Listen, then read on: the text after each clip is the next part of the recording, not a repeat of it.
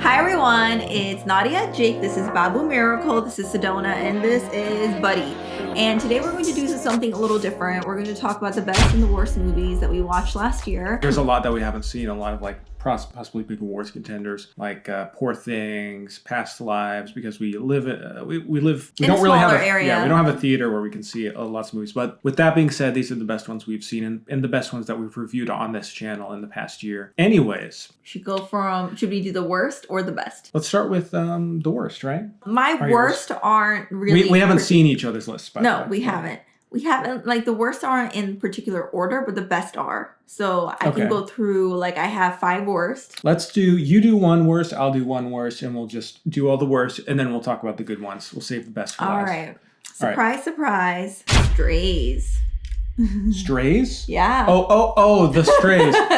I thought you were talking about... It's a Netflix movie that Right. For a second, I thought we're talking about the movie about dogs. That's called Strays. We haven't watched that. This one is called The Strays. Yeah. And yeah, it's really bad. It was number 1 on Netflix when we watched it, and honestly, it was not very memorable. And nobody watched our review. I don't think anyone else besides just random people on Netflix saw it, because I didn't hear anyone talking about it or anything. Yeah. It was just there, and then it's just a very weird, like, trying to make a statement, almost trying to be like a Jordan Peele type thing, and it just fell on its face. It was super awkward, trying to be artsy when it was just being super pretentious. And also, like, it's so weird with Netflix because, like, you see movies that are number 1 and you're like, oh, okay, like, maybe this is good, but then you realize when you watch movies like The Strays, no, it's full of shit. Like, it's really bad. What was yours? Shazam 2. Fury of the Gods. Is that on your list? That is actually on my list. Oh, it is? Well. Perfect. Yeah. All right, well, let's talk about it. Shazam 2. There were a lot of bland, like, mediocre superhero movies throughout the year. I won't name any in case there are more on your list, but I didn't want to be too mean to... I mean, most of them were fine. Again, Shazam isn't like the way I picked my worst 5, it's not really movies that are, like, technically the worst made or, like, the worst... Because we've seen some bad stuff on Netflix or Hulu or whatever. And we don't talk about it, though, because it's just like, whatever, it's on there. And I don't really feel like talking about those. I want to talk about those that really felt like, why? Like, why did this happen? Like, it just left me frustrated, left a bad taste in my mouth. Shazam 2, it's like, it does what a sequel should never do, which is it made me question why I liked the first one. I think, like, it's also disappointing because we both like Chuck and we are a fan of the actor and stuff. It just kind of felt like it was very mediocre. And the first one, I didn't really like it very much, to be honest with you. It was fine. I'm, like, a fan of the actor who plays the main character, the grown-up person, because, like I said, I like Chuck, and but there was such a disconnect between the child actor and the adult that was a problem in the first, I think, but I think this one especially, it became like... Well, I remember liking the ending a little bit. I think they just had too many protagonists that were all, like, I don't know, maybe it's made for kids. You know, it was a tone I kind of thing. felt like maybe it was, like, very specific to under 18. Or something. Yeah, but it's supposed to be, like, more broad. Like, it's like, what were they trying to do? What was the tone going for? That was one thing. It was super formulaic and really predictable. And then on top of it, had possibly the worst cameo moment, Wonder Woman cameo at the end of the film that was out of place. And in terms of the DC universe ending this year and being restarted next year, the end of those, to me, Shazam 2 was, like, the real signal. It was like, okay, I don't think we can get any more dull and less interesting than this. Anyways, anything else for that? No, speaking of what you're saying. What's your next one? Aquaman 2. Really? Yeah. Okay. I think that was, I mean, although it was recent, I was like, okay, please end and restart, because so I don't want to go too much into the review because that's the last review we did just a week ago. So you can rewatch our last video if you want to know what we thought about it. But yeah, it was not. I kind of feel like it is a little worse than Shazam 2, although it's not on my list. It's definitely worse. I enjoyed it slightly more than Shazam 2. I feel like the action was dull and the CGI was bad, and it was just uncreative for the most part and hard to watch for some of it. However, the chemistry between Aquaman and his brother was somewhat entertaining. It didn't leave the kind of, like, pissed off, annoyed feeling that I got watching Shazam 2, but I could definitely see that being on the list. Yours next? I might get some hate for this, but Indiana Jones and the Dial of Destiny. What? Explain yourself. All right, because this is one that's kind of lowered in esteem in my eyes, and I didn't even like it that much when it came out. But the more I think about it, the more I remember it, the more I see clips of it online, I go, why was this ever made? Like, Indiana Jones is fun, fast action filmmaking. It's based on like Saturday morning serials or inspired by that. This movie had the plodding, dull pace of a funeral. They didn't even approach the material in a particularly new or fun way. The only good part of the movie was the last like 20 minutes when it took a huge swing for something wild. And I was like, at least they're trying something. But the rest of the film looked like sludge, and it felt sad because even look at Crystal Skull. You know, that one is still directed by Steven Spielberg. You still feel that in the action set pieces. I mean, every action set piece in that movie, and I don't care what you feel about Indiana Jones and the Kingdom of the Crystal Skull, it's better than anything in this movie, in my opinion, just because it felt so uninspired, just the most boring camera work. The de-aging wasn't good. The pace was just slow and dull, and I felt like the story choices were bad. Anyways, you can watch our review. Yeah. Well, I don't agree, but you know, that's just me. All right. The Exorcist. That's on my list too. Oh, cool. The Exorcist Believer. Yeah. Yes. Wow. I mean, honestly, there's so much to say about what I felt was wrong with the film that only, like, you know, you can watch our review for it. But in summary, it just didn't line with, like, the original, nor did it, like, it just kind of felt like a cheap thing. They had some characters from the original brought up to this film, but they played like a weirdly small part to it. Like, some of the kids scene was good, but I also felt like the backstory was like half-assed a little bit and then a little too much. And you know, they were trying to like make The Exorcist again, but I wish that they didn't, because like the reason why the original Exorcist was good, I think, in my opinion, was because nothing like that had been done before. And it really was such an iconic film, because a lot of films followed in years to come that tried to imitate that. So this being like an Exorcist the Believer, they're going to do the Deceiver film, but based on the performance of the film, I doubt they're going to go on with that. Yeah, that was the plan though, but you know, I wish they had done, like, not try to remake it, because there's so many other films. Well, reboot it, really. Reboot it, yeah. I wish that there were so many other films. I wish they had like done a little bit something a little different, even if it was like a reboot, but like done something that just you didn't feel like you were watching like every single horror film. Every cliche. Yeah, every cliche. It just didn't make it stand out at all. Yeah, and I'd actually say it's not the worst horror film we've seen. I think The Nun 2 was probably worse than this, but this one was like the most offensive to me. Couldn't possibly live up to the original, but it also didn't even do anything interesting. It was, like you said, just a bunch of cliches. Story choices were ridiculous. It was clearly chopped up to pieces. And it's too bad, because I've been like a defender of David Gordon Green's Halloween trilogy. Not super defending it, but our daughter doesn't like it either, if you can tell. No. What's the next one? The next one is a movie that we saw on Netflix, I believe. Your Place or Mine. Is that on your list? Oh my God. I forgot about that. I think I tried to erase that, but if I had remembered that, it would have definitely been on my list. Okay, I don't know why I forgot that one. Yeah. It's forgettable. It's forgettable, so which is why it belongs in the list. Yeah. So it's a romantic comedy. Ashton Kutcher and Reese Witherspoon, they have zero chemistry. I mean, people were making fun of just even the photos from the red carpet where they looked so awkward together. But you felt that in the film itself. The story didn't make sense. The emotional beats didn't make any sense. And they didn't have any chemistry. That's the point of a romantic comedy. First off, it's the most like COVID shoot looking movie ever, because they aren't even in the same city most of the movie. That's part of the story for whatever reason. They switch cities and then they come together at the end. There's no reason for it to exist. It wasn't charming. It wasn't fun. They had no chemistry. Why is it a romantic comedy? No, and then also like the way they portrayed LA and New York, and when Reese Witherspoon went to New York, she was like, "Oh my God!"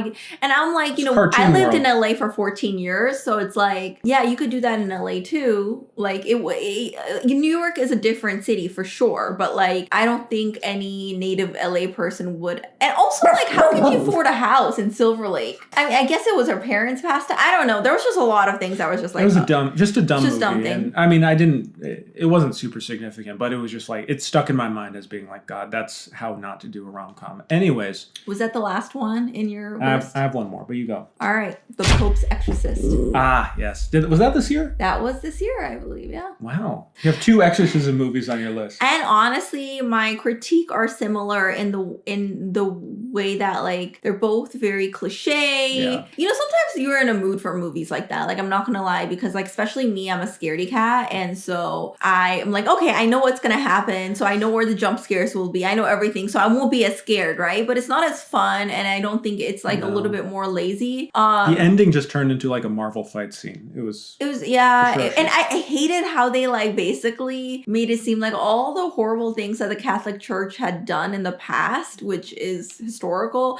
Oh yeah, it's a demon was possessed, and it wasn't really the Catholic Church. It was just like, you know, a demon did that, and it's like, I just hated that. I didn't put this on the list because I just thought The Exorcist Believer made this look like a self-aware masterpiece in comparison. No, I mean, it wasn't great, so. but it just, compared to The Exorcist Believer, which was trying to be all serious, and it was fine. Russell Crowe doing a bad Italian accent, I mean, it was fine. So the last one on my list, The Little Mermaid.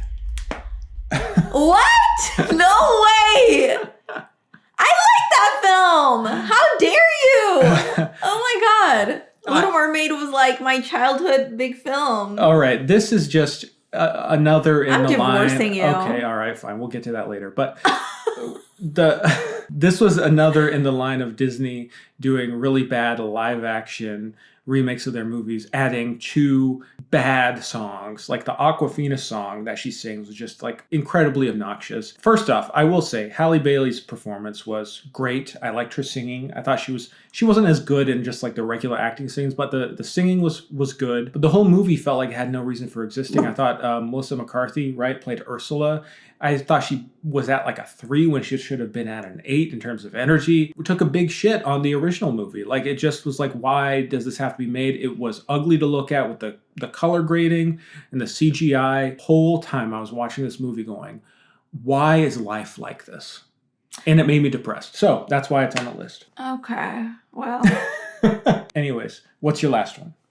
No, I already you got through them all? Yeah. Oh, okay. All right, those are our bottom 5s. Let's talk about let's talk about best. Let's be nice to each other and talk about the movies we loved. Oh, are we doing 5? I did 10. Let's do 5. Do 5 because I have a couple honorable mentions. Okay, let's do 5 and then we'll do honorable mentions. I'll just do honorable mentions. Okay, cool. 1, 2, 3, 4, 5. Okay, 5th one. All right, 5th one. Talk to Me. I was thinking of putting that on there. Yeah. I really liked Talk to Me. It was really a good film, really clever. This is kind of like one of the horror films that, like, going from like the things on the worst list. It's like done. It's unique. It's done in a creative way, I felt, and it also had like substance to it where I could understand the character's emotions. So yeah. Yeah, I liked it a lot. Yeah, directed by YouTubers now. Yeah. Directors who. A24. This was a pretty big hit. It was really good. I'm glad. I remember we both enjoyed it too. Good, like twist on the possession story. Definitely a good movie. Okay. What about you? All right, number 5, The Boy and the Heron. Yep. Is that on your list? That's on my honorable mention list. Cool. Yeah. So I'll just Right. And I don't know if it's recency bias, but I just was thinking in terms of the creativity, in terms of the boldness in all the movies we've seen this year. This is up there, and it was just something that I'm excited to dive into again. As you guys know, I've been exploring Miyazaki for the first time in my life this year, and we've been watching the movies together, and this one was just a really phenomenal experience that brings so much of his career into one kind of mysterious, very elusive masterpiece. So I love it. Yeah, so that's my number 5. Why don't you? Number 4 is Oppenheimer. Okay. Yeah. Oppenheimer was the only con about it, which I understand.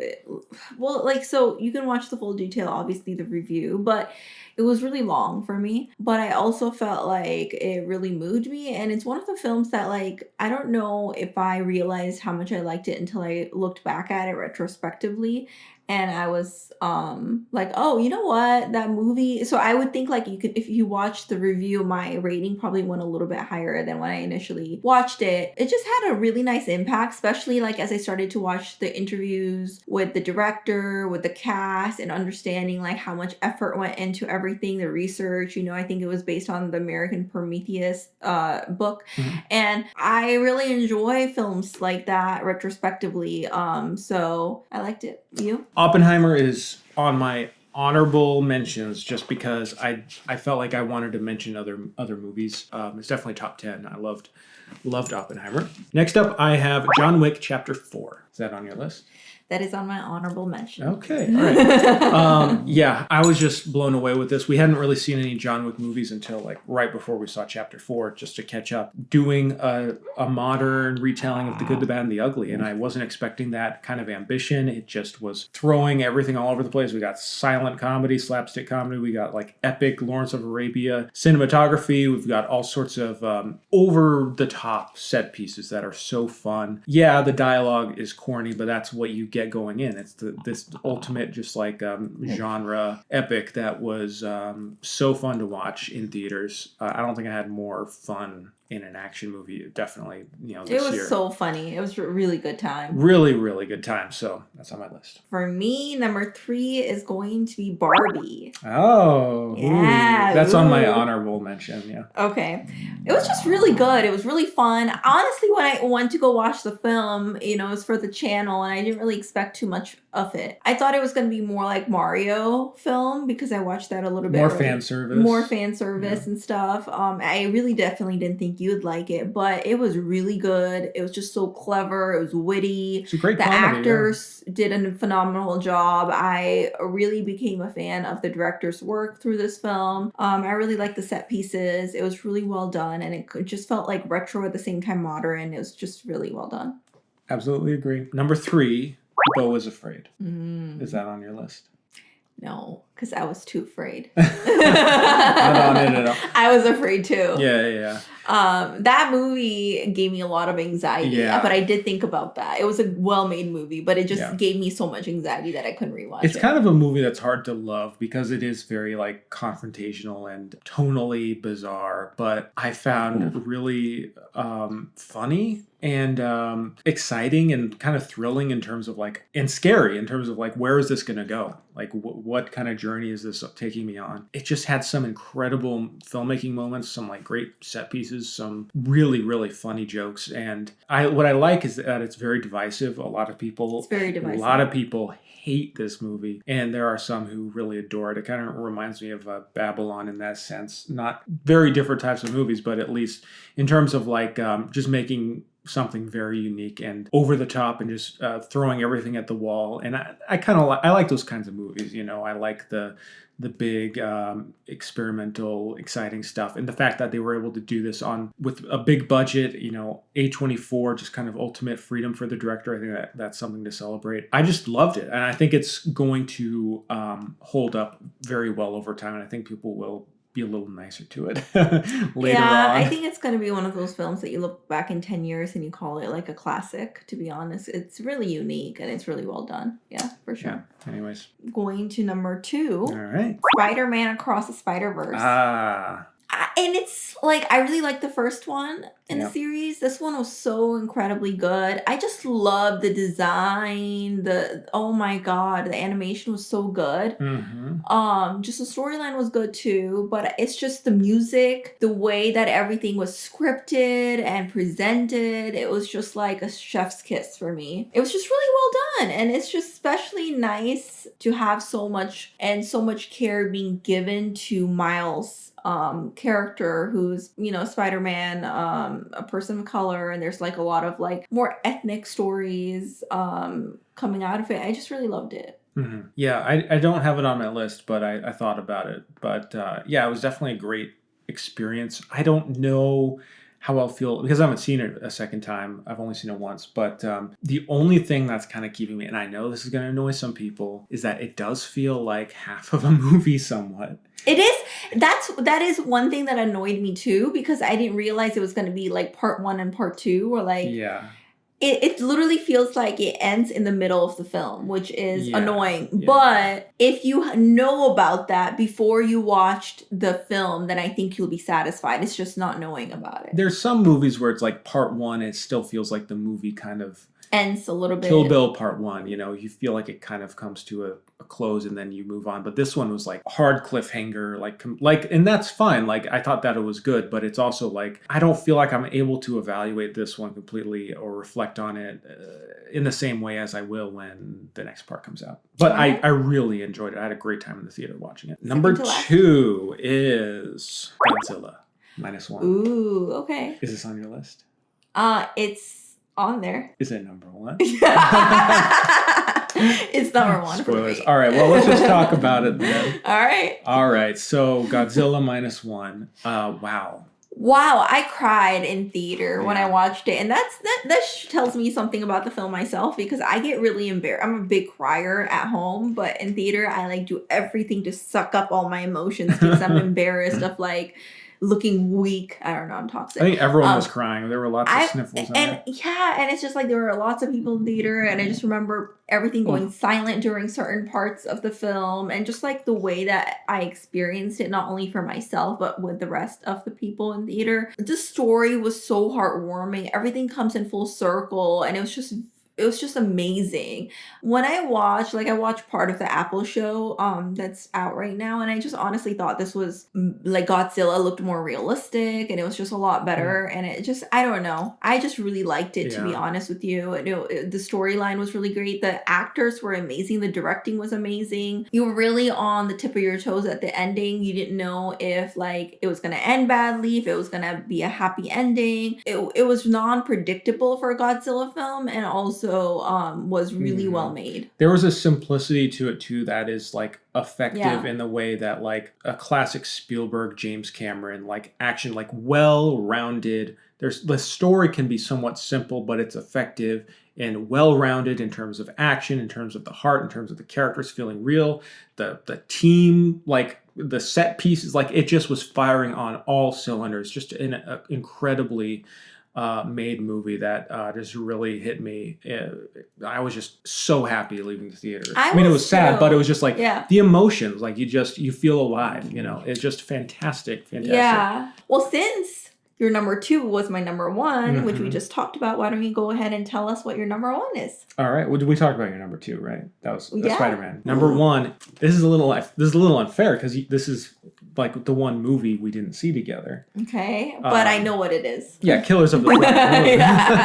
I'm waiting till it comes on Apple. I believe it's like January 12th. It's going to be on perfect. Apple. Yeah, so you should see it then, and then you can take pee breaks. Yeah, you know, it is an unbelievable. It's just such a long movie, but I didn't feel the runtime. You know, an incredibly beautiful, powerful, incredible. It's just a masterpiece. Like summing up a lot of the themes of Scorsese's career, but in a new setting, exploring history in this incredible way, and exploring the dynamics of this really messed up relationship. And yeah, I just thought it was powerful. I thought it spoke to the issues of Scorsese as a filmmaker trying to tackle this story from his own perspective. And kind of addressing the limits of that. My God, I mean, Lily Gladstone, I think she's a lock for Best Actress, but DiCaprio just playing just this dumb loser. There was so many interesting choices in this movie, and the music was incredible. Just, like it's incredible watching Scorsese pull off something this huge and quiet and sad. It's just amazing. Yeah, very grateful that we get more movies from Scorsese at the age he's at. Shall we do honorable mentions? Yeah, why don't you list them off for us? My only 2 honorable mentions were Barbie and Oppenheimer, because I did love those movies. I just feel like they got so much attention, you know? Well, I already talked about like some of the ones that you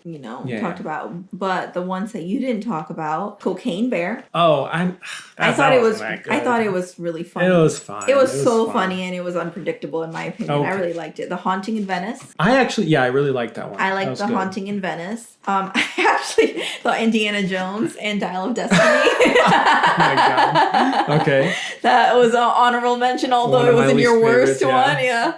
That was everything else you talked about. So it was an honorable mention. Anything on your honorable mention that you didn't? No. I think the dogs are ready for us. All right. Well, let us know what you enjoyed this year.